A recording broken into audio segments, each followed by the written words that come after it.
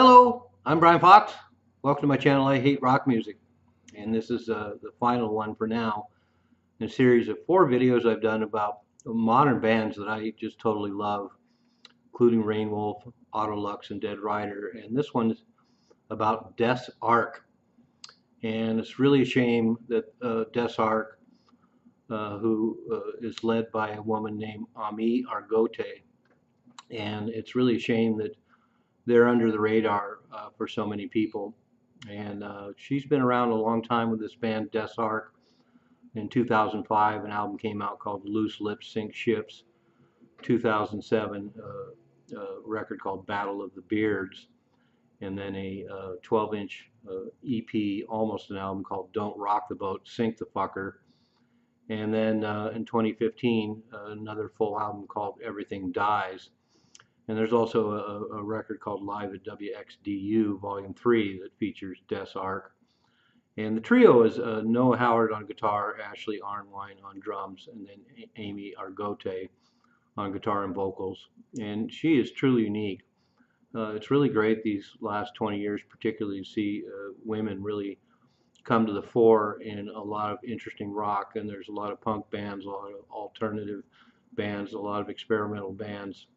A lot of grunge bands, whatever, every kind of band that has a lot of interesting females, a wide range of vocal styles, a wide range of different rock music styles, a lot of different songwriting styles, a lot of solo artists with folky leanings, and a lot of really interesting vocalists and writers out there.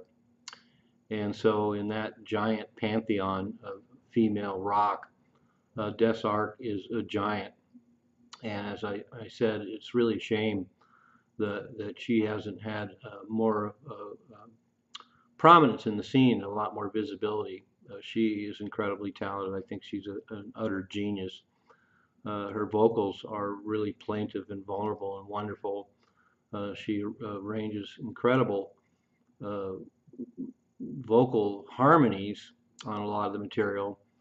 Is a great guitar player, both on electric and acoustic, and just her conception of music in general is just brilliant, original, and completely wonderful.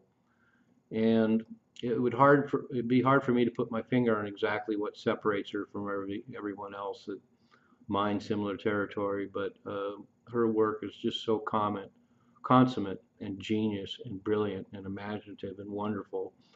In 2005, she came out, and definitely with a rock band. And when you see live performances, some of the videos, I'll post a bunch of this material below in a playlist I have. She was fully committed, a lot of energy, incredible as just a rock band. And Loose Lips Sink Ships has a lot of that material, and just the epic development, her chord choices and her melodies are just wonderful, and it's as compelling as any rock I've ever heard. And by the time she gets to 2007's Don't Rock the Boat, Sink the Fucker, she had a lot of time to develop the material, and it shows. A lot of complicated material with interesting arrangements, incredible long developing melodies, great harmony vocals and backup vocals, and just wonderful songs. And the lyrics are excellent as well, as you can imagine, from someone who calls their album Don't Rock the Boat, Sink the Fucker, which is great, and then the bleak message of 2015's Everything Dies. And apparently she had a lot of struggles in the music scene, and was frustrated with her inability to really crack the market in any way, even the underground market, as it were, and spent a lot of time in poverty. So she hasn't done any music for 10 years now, and it's a real loss for the music world. Her 3 albums, and then all incredible amount of material on YouTube, a lot of solo shows and radio stations, and little songs showing up on compilations and things all over the place.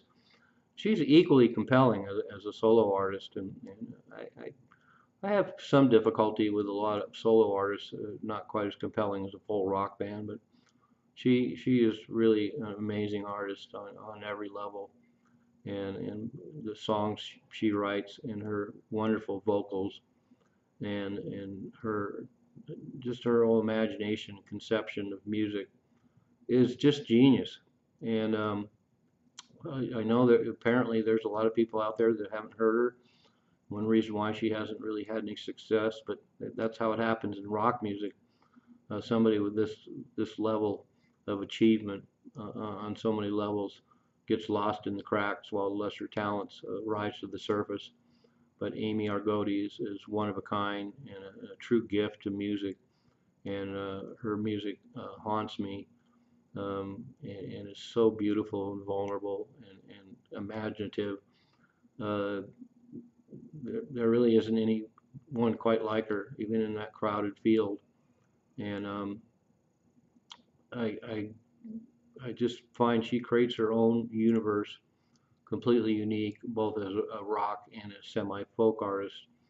And then just so beautiful. I am at a loss for words, really, and it's hard for me to articulate what she has that is so special. But it's hard for me to imagine that anybody that hears her music for the first time is not going to be moved and shaken. Truly one of a kind artist, even using the same elements that so many other people use. How she constructs something so wondrous just blows my mind. So if you haven't heard Des Arc and any of that piques your interest, and you'd like female singers, you like female singer-songwriters, you like females who front rock bands, you like females in alternative rock, you like folk singers, you like beautiful, fragile, complex music, check out what I posted below, and hopefully you'll hear and see what I do, and actually quite a few other people do. But when you see a lot of write-ups about her, clearly there are people out there who grasp the gravity of such a giant artist walking the earth. And I sincerely hope she pops up again soon with something wonderful. It's been a long wait, 10 years, and I hope she doesn't give up on music and is discouraged, because any new record from her would be a gift to this world. So anyway, Des Arc, wow.